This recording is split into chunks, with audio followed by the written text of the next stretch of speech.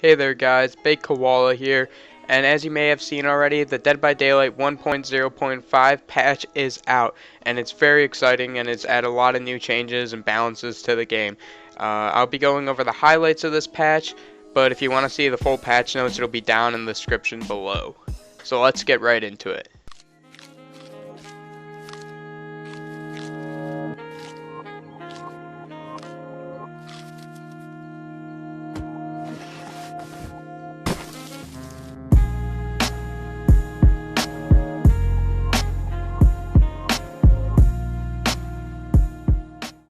First off, we have two major bug fixes.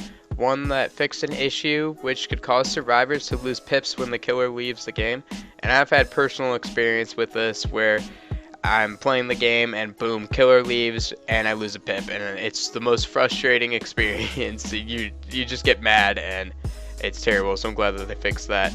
And two, they fixed an issue which could render a down survivor unable to interact or be interacted with if a pickup interaction would fail.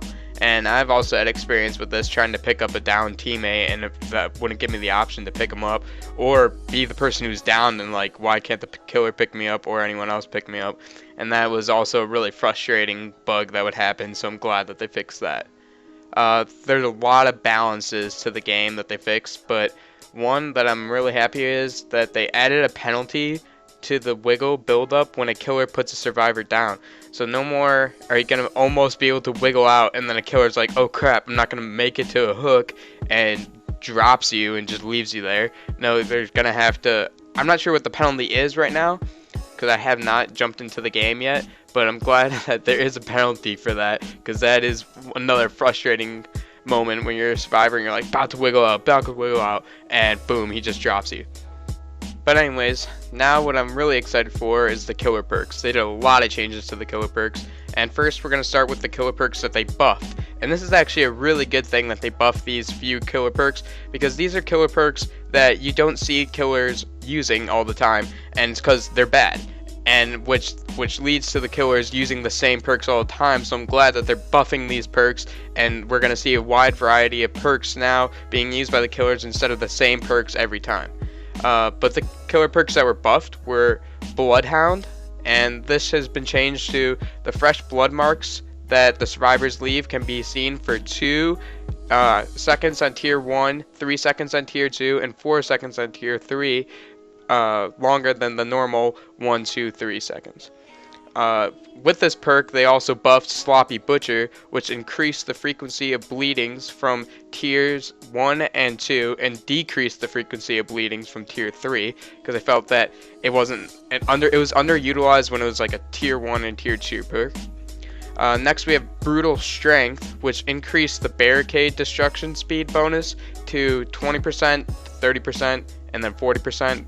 Respectively, tier 1, tier 2, tier 3, from the 10%, 20%, 30%. This one, kind of iffy about, because I already think Brutal Strength is kind of an overpowered perk, but we'll let it slide. Not a lot of killers use it because of the other perks that are so powerful, so I guess putting this back in the rotation would be good. Next we have Insidious, which decreased the time taken to be stealthy to 4 seconds to 3 seconds to 2 seconds, again, respectively tier 1 to tier 3, down from the 6 seconds to 4 seconds to 3 seconds. This, I never honestly had experience with the Insidious perk, but I could kind of see 6 seconds being a long time, so I guess it is a good buff there. Next perk is Spies from the Shadow. They increase odds to trigger the effects to 50% to 50% again, and then to 75%, up from the 25% to 50% to 75%. And they increase range to 16 to 24 to 36 meters, from the 12 to 24 to 36 meters. Last perk that they buffed was Unnerving Presence, and this significantly increased the chance to trigger skill checks. Apparently there was some bug with it where even though the odds were high for the skill checks to be triggered, it wasn't triggering, so they did fix that. Next we'll move on to the killer perks that are nerfed, and I'm so thankful for this. This was my biggest pet peeve about the game, and why killers were so overpowered to begin with. They have nerfed the Iron Grass perk.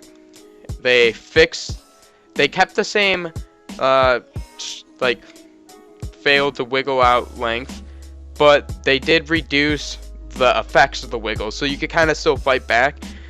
They reduced it to 20%, to 40%, to 60%, again, tier 1 to tier 3 respectively, down from the 25% to 50% to 75%.